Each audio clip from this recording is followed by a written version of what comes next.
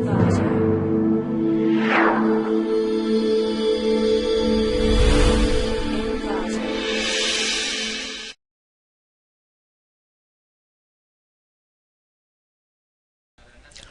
to clickmyproject.com.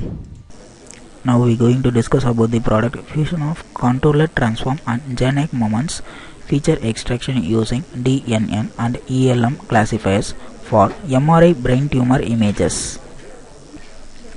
Now we are going to discuss about the abstract for the process.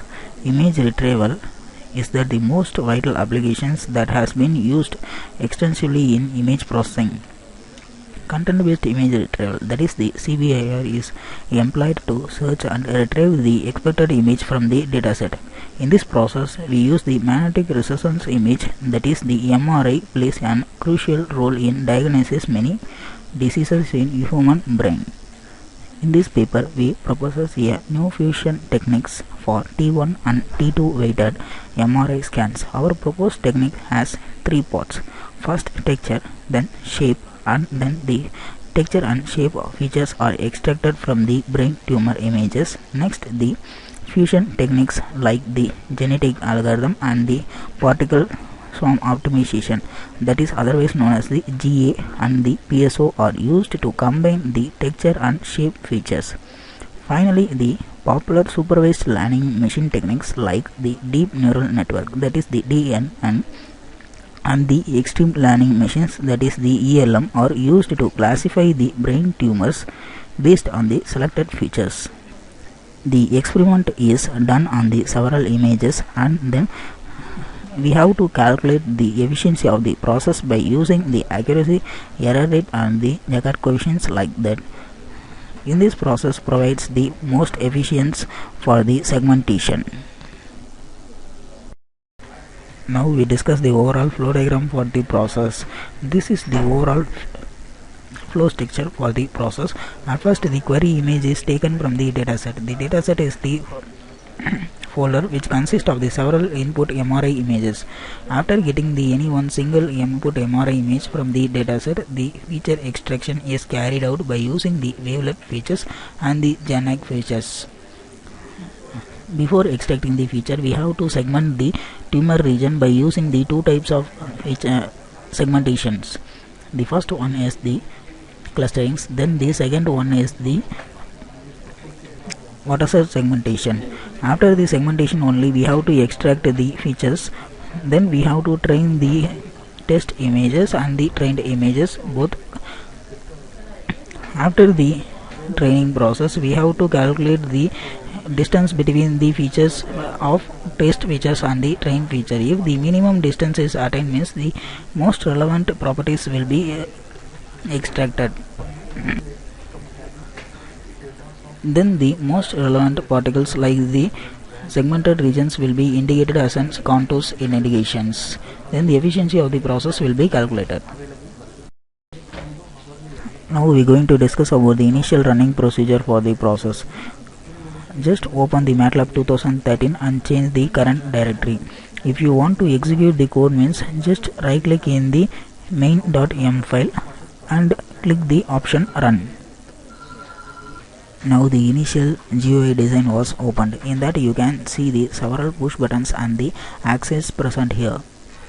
Now click the input image button. After clicking the button input image, the dataset was opened. In the dataset you can see the several input images, and also you have see the other dataset images. Select any one image from the database. After the selection of the image from the dataset, the selected input image is shown in the axis 1 with the title input image. Then we have to convert the image into a grayscale image.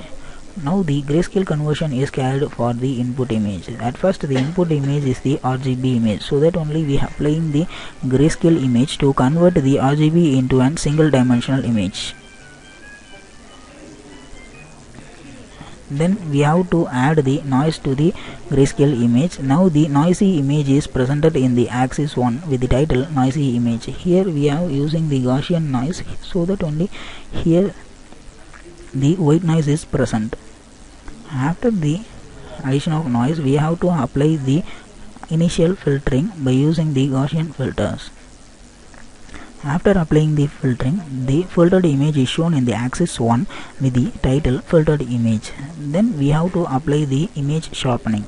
In the sharpening process, the pixels of the each and every corners will be sharpened. Then we have to using the detect tumor.